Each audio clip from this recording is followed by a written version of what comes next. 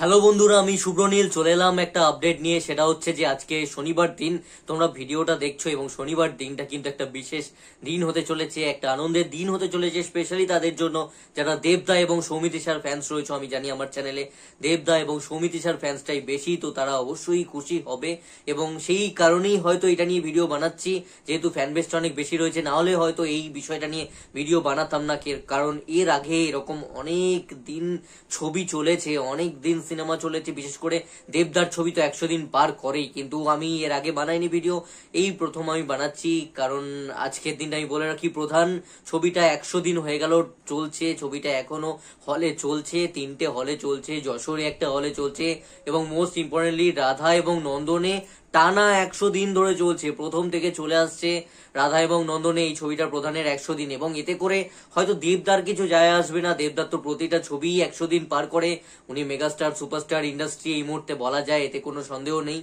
কিন্তু এতে করে কিন্তু একটা বড় রাস্তা হয়ে গেল, বড় একটা সুযোগ হয়ে গেল সৌমিতিশার জন্য।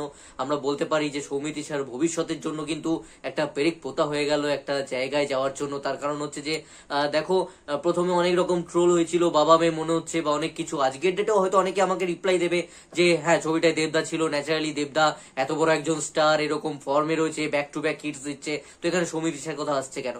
অবশ্যই কারণ সমিতিশাই নতুন বলেই কথাটা আসছে, এন্ড এটা তারা একটা বড় সুযোগ পাবে। ছবিটা অবভিয়াসলি দেবদার জন্য চলেছে, এটা নিয়ে কোনো সন্দেহ নেই, বাট অনেক রকম কথা হয়েছিল, তারও একটা রিপ্লাই। এন্ড দিনের শেষে তো সৌমিতিশাই নায়িকা ছিল ছবিটার, এটা তো অস্বীকার করার জায়গা নেই। এবং সিনেমা হয়তো নায়ক ভিত্তিক সবসময়, এটাও ঠিক কথা, কিন্তু নায়িকা যেহেতু ছিল, তো এর পরবর্তীতেও যখন সিনেমা নায়ক ভিত্তিক কোনো সিনেমা হবে, তো সেখানেও নায়িকার প্রয়োজন হবে এই ধরনের, তো সেখানে সৌমিতিশা কিন্তু সুযোগ পাবে।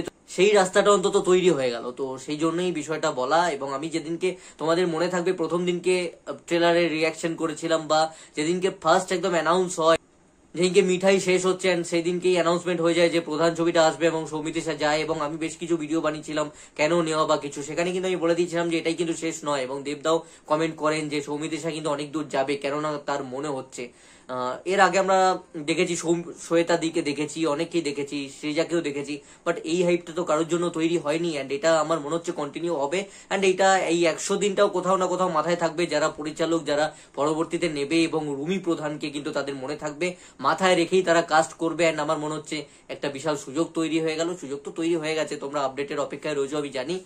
আপডেট তোমরা খুব শীঘ্রই পেয়ে যাবে, সমিতিশার তরফ থেকেই পাবে। 100 দিন পূরণ হলো, প্রধান ছবিটা ব্লকবাস্টার হয়েছে, প্রধান ছবিটার হিউজ একটা কালেকশন হয়েছে।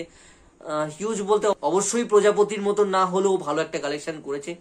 ভিড় হয় এখনো, রবিবার দিনকে 30 জন 20 জন করে দেখতে যায় 100 দিনের মাথাতে এসেও, এবং কালকে শনিবার আছে, কালকেও এই হলগুলোতে 30, 40টা, 50টা করে লোকে দেখবে। এটাই তো বিশাল পাওয়া, এটার চেয়ে বড় তো পাওয়া হতে পারে না। তো এনিওয়েজ, এটাই আপডেট ছিল।